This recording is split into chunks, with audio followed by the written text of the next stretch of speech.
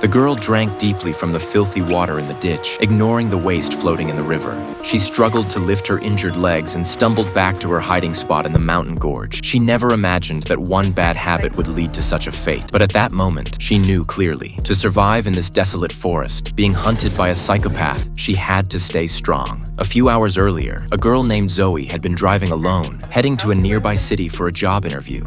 While fiddling with her phone and glancing at the road out of the corner of her eye, she ended up driving into a remote mountain area. Realizing she had reached a dead end, and with her phone signal gone, Zoe had no choice but to turn around and head back. But she didn't notice two suspicious figures nearby. Zoe quickly pulled out a map, stopping the car by the side of the road to look for a way out. Just then, a strange truck pulled up next to her. Zoe felt an uneasy chill, but noticed the two men seemed to be offering help. And your map.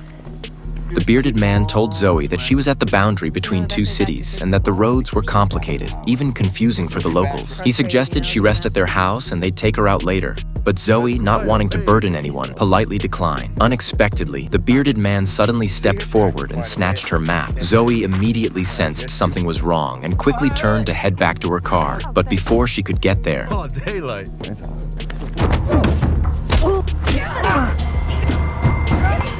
she fought desperately, pushing away the spear beneath her, only to be horrified when he picked up a knife.